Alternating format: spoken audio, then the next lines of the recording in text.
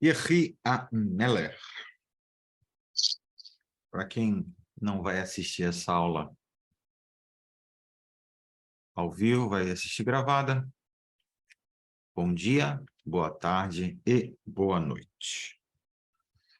Na aula passada sobre o livro de Yehoshua, o livro de Josué, nós tínhamos terminado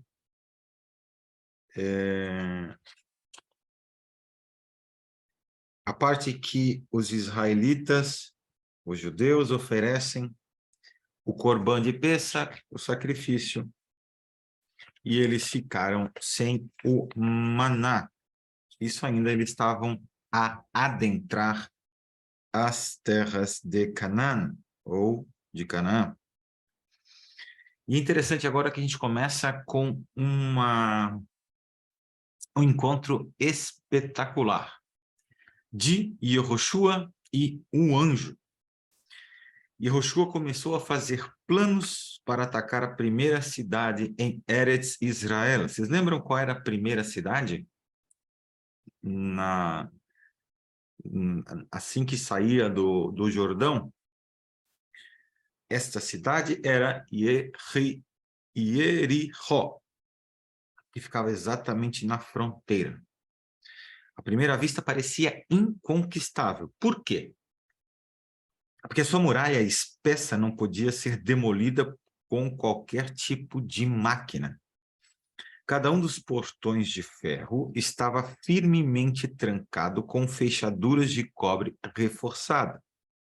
Assim que Bnei Israel acamparam perto da cidade, todos os residentes de Jericó se trancaram atrás das muralhas. Eles trancaram os portões da cidade de modo que ninguém pudesse sair para ajudar os judeus a entrar. Eles também não deixaram nenhum forasteiro entrar. Eles queriam ter certeza de que nenhum judeu entraria na cidade secretamente.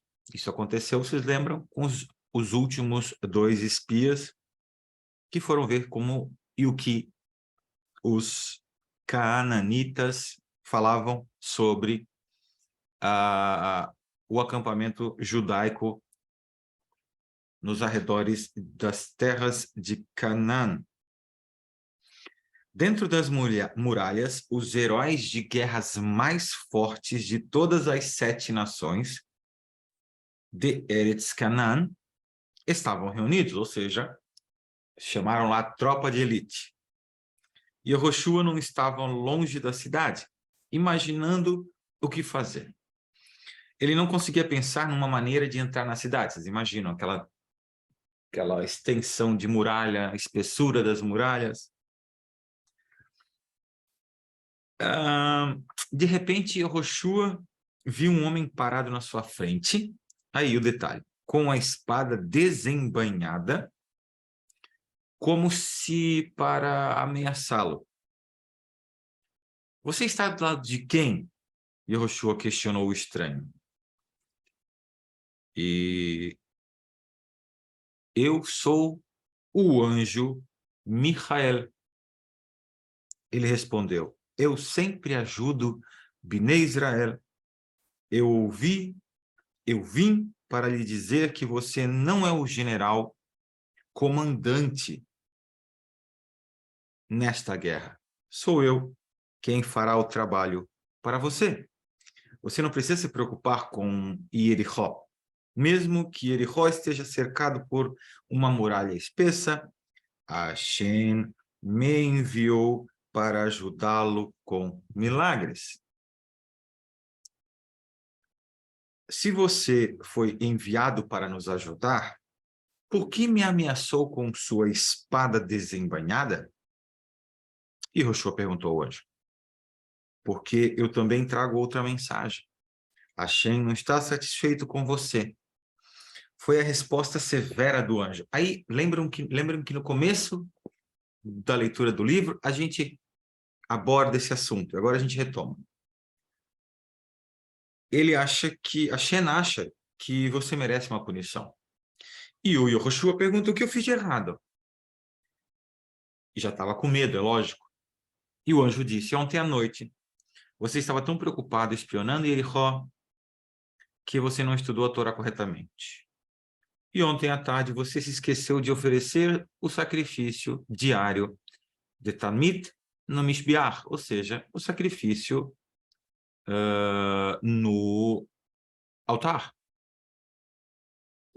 Yehoshua se curvou sobre o seu rosto no chão e se prostrou diante do anjo, servo de Hashem.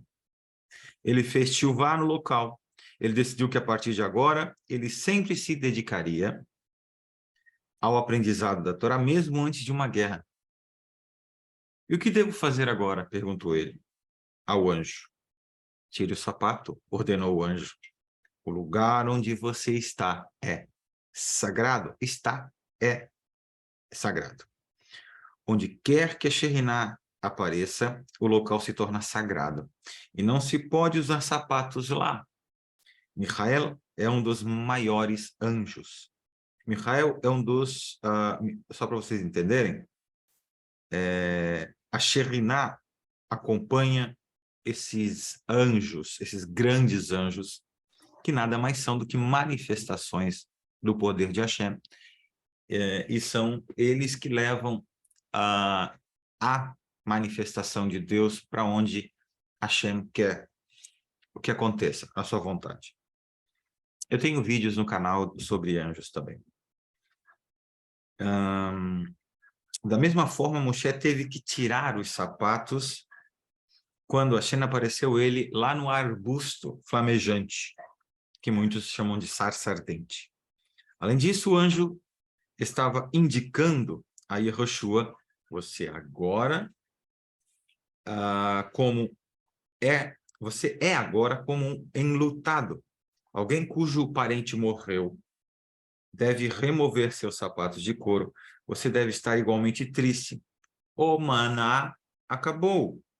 Agora os judeus têm que plantar e colher grãos para ter comida. Portanto, você não pode mais estudar a Torá em tempo integral. Isso deve ser suficiente para deixar você muito triste de fato. Bom, enfim. Após o incidente, esse incidente, Hashem deu instruções a Yehoshua para conquistar as terras de Jericó.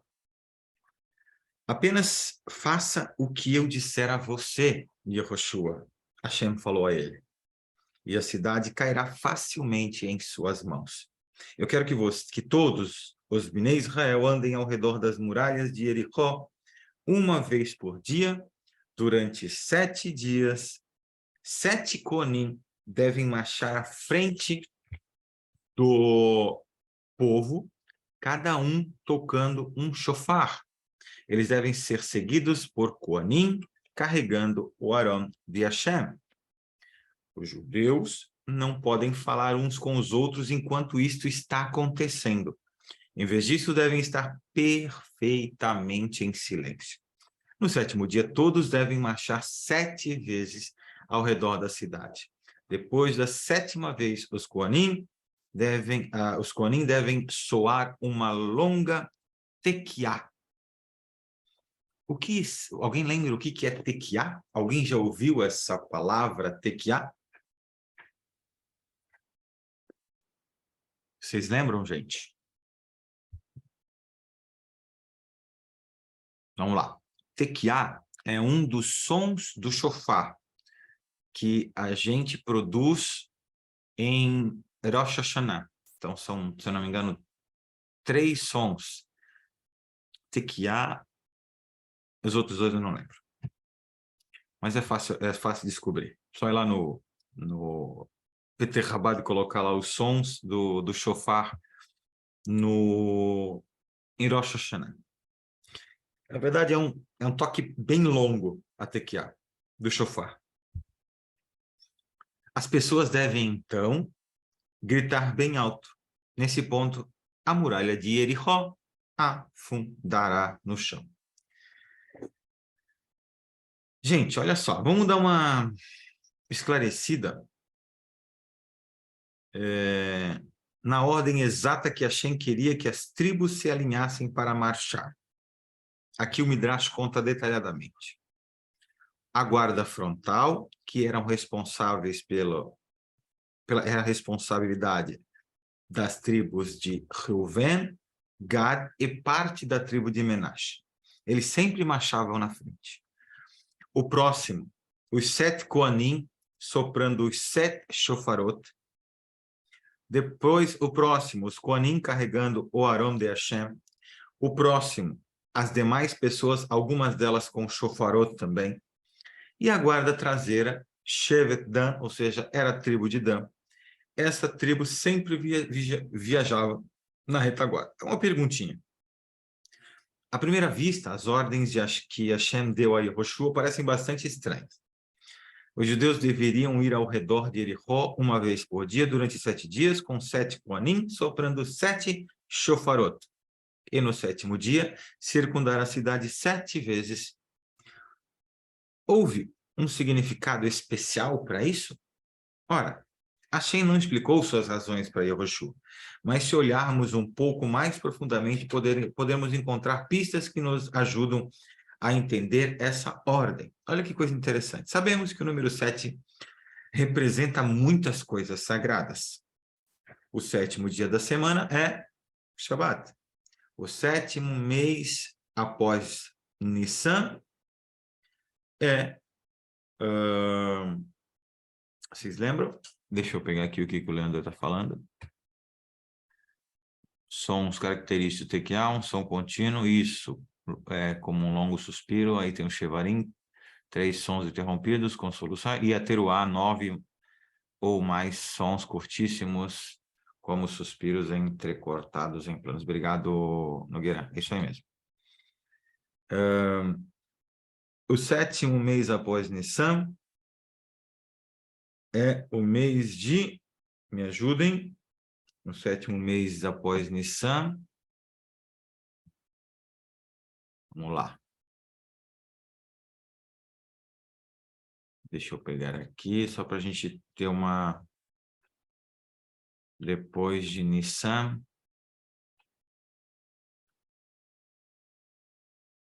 Peguei aqui.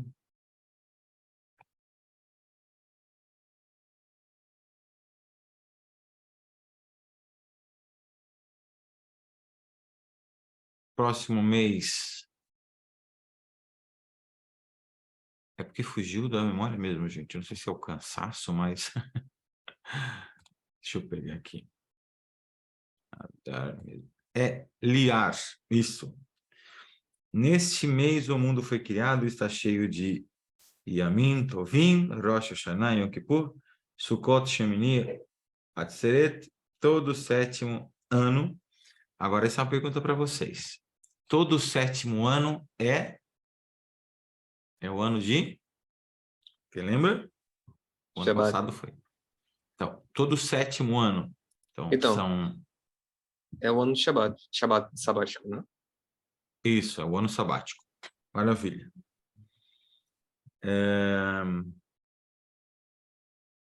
Os números de dias de Pessah é 7. Mais coisas interessantes com 7. Enfim, 7 são as notas musicais, 7 são as cores do arco-íris. São coisas que representam muita elevação. Agora, por que o povo judeu merecia as terras de Israel enquanto os cananim foram expulsos? Essa pergunta é muito interessante. Porque Israel era um povo santo e os cananim eram pecadores. Quando Bnei Israel circularam a muralha por 7 dias, com 7 koanim, soprando 7 shofarot, eles se lembrariam de que Hashem só lhes daria a terra na condição de que eles vivessem nela como um povo sagrado. Também lembrariam que Hashem, que criou o mundo em 7 dias, estava lutando suas guerras por eles. Quando eles ouvissem os koanim soando o shofarot, eles fariam teshuvá. Dessa forma, eles realmente mereciam que Jericó caísse em suas mãos. Olha só que coisa interessante, amigo. Ontem eu fiz uma aula também falando sobre as nossas motivações, de que as nossas motivações junto com ações, o que elas fariam, né? Qual era o resultado delas? E justamente isso é o que a gente vê aqui no exemplo que Deus, a Shem podia simplesmente falar assim, olha, eu vou derrubar, pronto, através da minha força, da minha palavra e tal, e ele chegava e acabava com tudo. Mas simplesmente Deus faz o seguinte, olha, eu vou realmente recuperar as terras de vocês, que era dos patriarcas, por direito, inclusive de compra, né? Lembrando que Abraham comprou as terras de Israel, mas as coisas não vão ser de mão beijadas. Vocês vão ter que fazer pelo menos um ritual que eu vou ensinar vocês. E exatamente o que a Shem faz com a gente. Isso é sensacional. Assim, ó, Deus fala o seguinte, amigos, meus filhos, vocês têm tanta coisa para receber de mim. Só que eu não vou pedir para vocês fazerem milagre nenhum. Eu vou fazer com que as coisas aconteçam mediante ao que vocês fizerem para mim em troca. E o que é que ele pede em troca é que a gente ajude ele a nos beneficiar. Isso é fantástico. Esse é um exemplo muito forte que aconteceu aqui com os judeus. Voltando aqui, quando eles ouvissem os Kohanim soando os shofarot, eles fariam tchuvá. Dessa forma, eles realmente mereceriam que Jericó caísse em suas mãos. Vejam, logo que os Kohanim ouviram as instruções de Yoshua, eles começaram a tocar o shofarot. As pessoas se alinharam e marcharam em volta da cidade, na ordem que Hashem havia ordenado. Eles circularam a cidade uma vez no primeiro dia, domingo. Depois voltaram para o acampamento em Gilgal. Eles circularam a segunda vez, no segundo dia, segunda-feira, e voltaram para Gilgal, no acampamento. Eles circularam a cidade novamente no terceiro dia, no quarto, no quinto e no sexto dia. E agora? Então veio o Shabat. E Yoshua ordenou, a guerra é mais importante que o Shabat. Vocês poderão fazer qualquer melachá, trabalho, que seja necessário para a guerra. Foi o que Hashem me disse. Isso Yoshua falando. Todas as pessoas se levantaram cedo na manhã no Shabat. Nesse dia, eles teriam que circular Jericó 7 vezes. Enquanto Bnei Israel circundava Jericó, os cananim permaneciam dentro das cidades. Seus espiões relataram a eles as coisas estranhas que aconteciam do lado de fora da muralha. As pessoas marchavam silenciosamente ao redor da cidade e algumas deles tocavam chifres. Os cananim tremeram de medo e nem ousaram aparecer. Eles sequer jogaram qualquer coisa por cima da muralha contra os judeus. Depois que os judeus circularam a muralha 7 vezes, Yoshua anunciou, eu tenho uma advertência importante para todos vocês. Depois que entrarem na cidade, vocês não devem pegar nenhum dos pertences de Canaã para vocês. Eu e outros judeus do Sanhedrin decretamos que os espólios dessa guerra é sagrado. Todo o ouro, prata, ferro e cobre devem ser doados aos tesouros no Mishkan. Yoshua pensou, os espólios da guerra que foram capturados no Shabat devem ser dedicados a Hashem. Além disso, este é o espólio de nossa primeira guerra e é apropriado dar o primeiro de qualquer coisa que conseguimos para Hashem.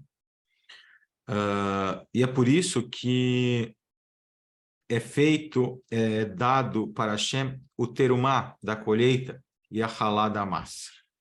Ou seja, a primeira porção. Hashem concordou com a decisão de Yoshua e do Sanhedrin.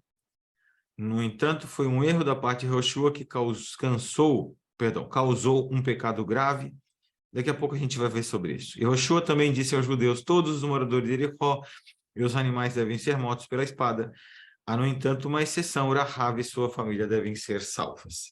Meus amigos, deixa eu parar por aqui. Eu quero trazer uma coisa para vocês interessante. E tem um evento que, vamos ver se vocês sabem, que se repete esses movimentos que Hashem pediu para que os judeus fizessem ao redor de Jericó? Quem sabe? Alguém sabe? Esse mesmo evento de circular dar 7 voltas. Não? Não? Então, vamos lá. Quando há um casamento, inclusive um casamento de Bnei Noach, é feito isso. Quando a noiva, ela circula dá 7 voltas no noivo, ali demonstra o quão ela quer habitar com ele, estar com ele, ir com ele para sua casa, agora a casa de ambos. Então, a Shem faz com que todos lembrem essa grande jornada, essa grande conquista, quando os judeus conseguiram adentrar as terras de Canaã, que eram as terras de Israel, mas que estavam habitadas por 7 nações. Próxima aula a gente continua e fala sobre a grande entrada triunfal e o que aconteceu depois da entrada nas terras de Jericó. Gente, hoje eu vou terminar um pouquinho mais cedo, exatamente porque a Giovana deve estar chegando por aí. Deixa eu dar um pause aqui.